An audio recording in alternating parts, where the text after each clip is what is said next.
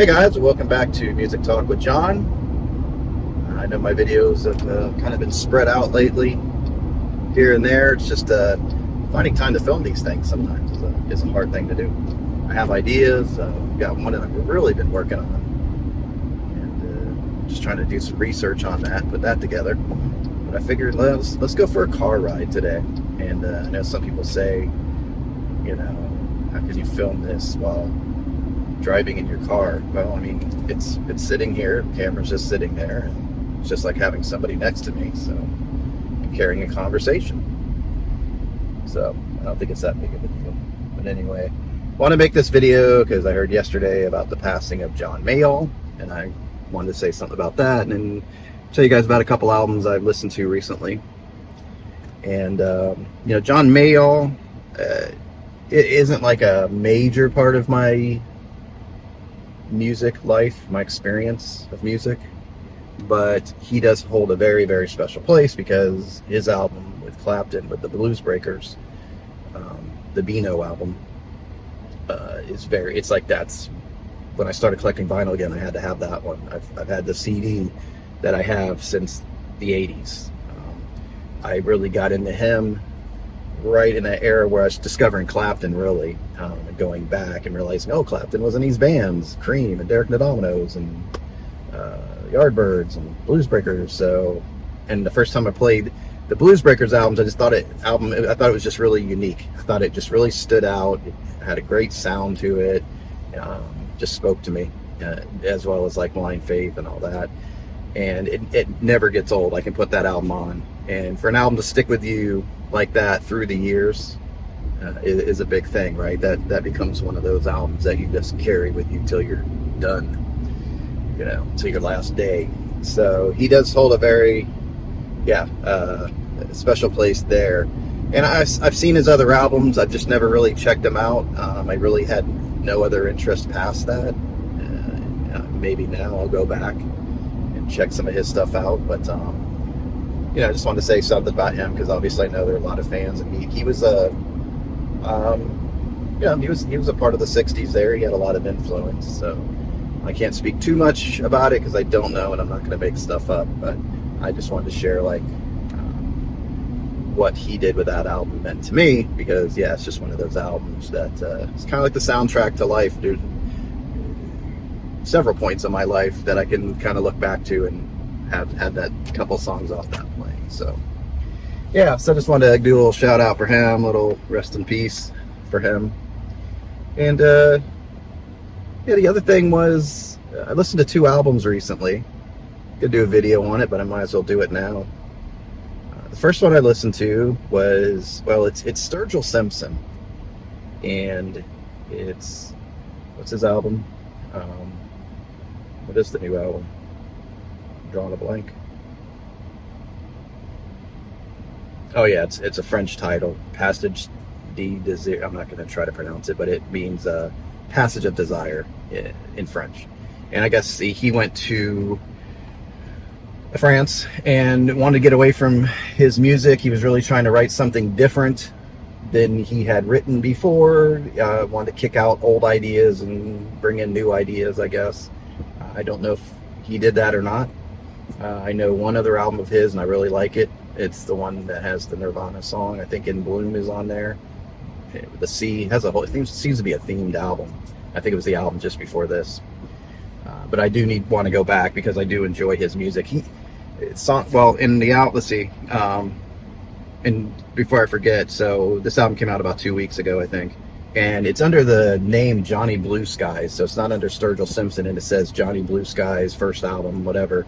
It's Sturgill Simpson. It's him trying to create a new persona and build something off of that. So it's interesting.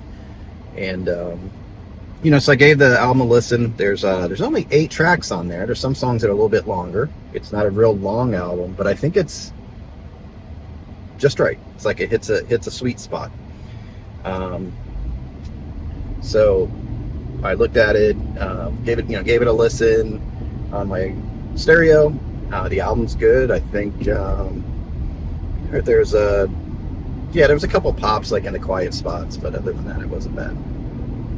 But what I liked was especially going right into the first song. The production is really good, and it reminded me just the feel with the bass line pumping through and all that of like that good era of like Shotgun Willie era of Willie Nelson.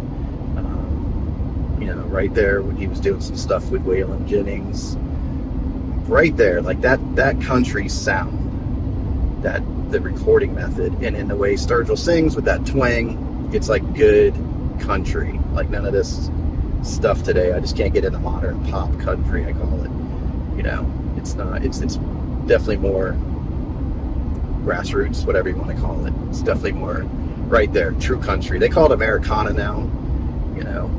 I think it should go underneath the country genre title and come up with a new title for the new modern country, like pop or something. I don't know. But yeah, and then he goes in the next song, and it's like more of an R&B feel, but it's not overproduced. It's like really just he knows how to add instruments here and there where it's necessary, and it's good production. Third song, I think, is another one that sounds country.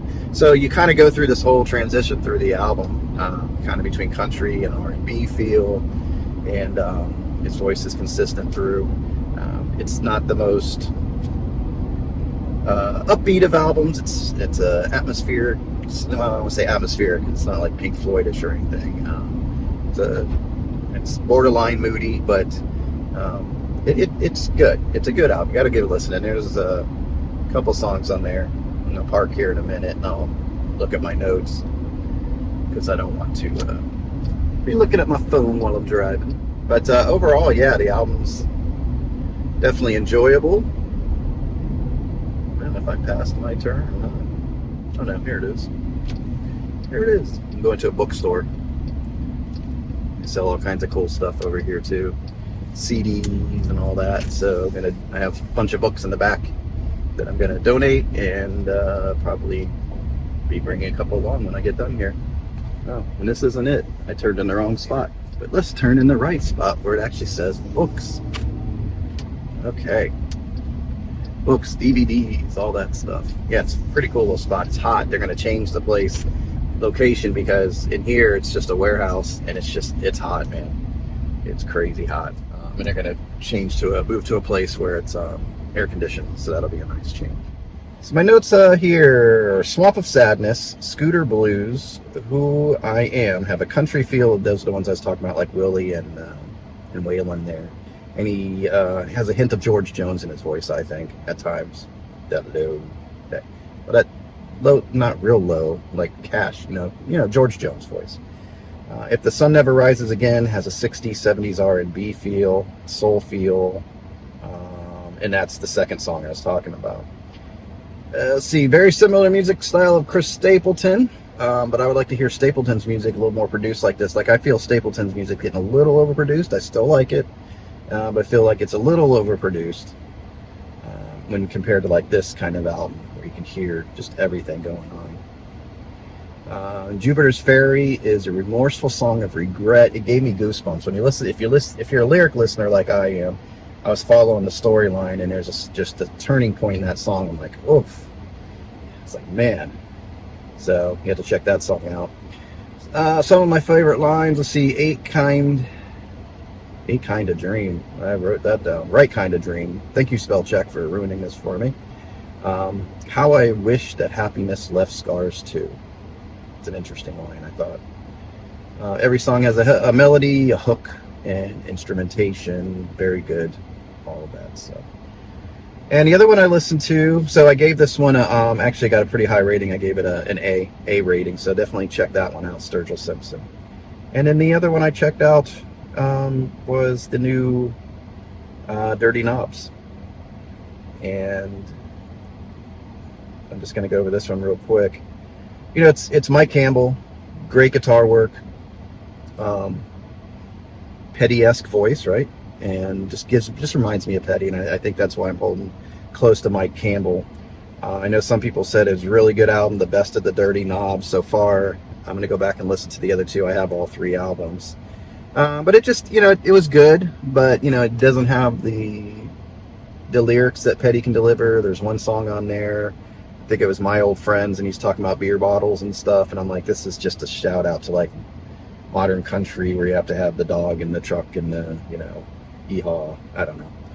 I just didn't, you know, it was an okay song, but it just didn't do it for me. Let's see. Yeah, guitars were good. I could hear some Tom Petty in the song Hands Are Tied. Made me miss Tom while I was listening to it. The horns on Hell or High Water were a nice surprise. They come in pretty cool. The first two songs on side 2 are rockers. I thought it was interesting. He has Graham Nash listed, like it's like he did a song with Graham Nash, you know, with Graham Nash. I can't really even hear him in there. Like, I'm assuming he's doing the harmonies and stuff, but I don't hear Graham Nash in there, so I don't know why he would just list Graham Nash as being in there, like, you know, artist list, but why he had to put with Graham Nash, just weird.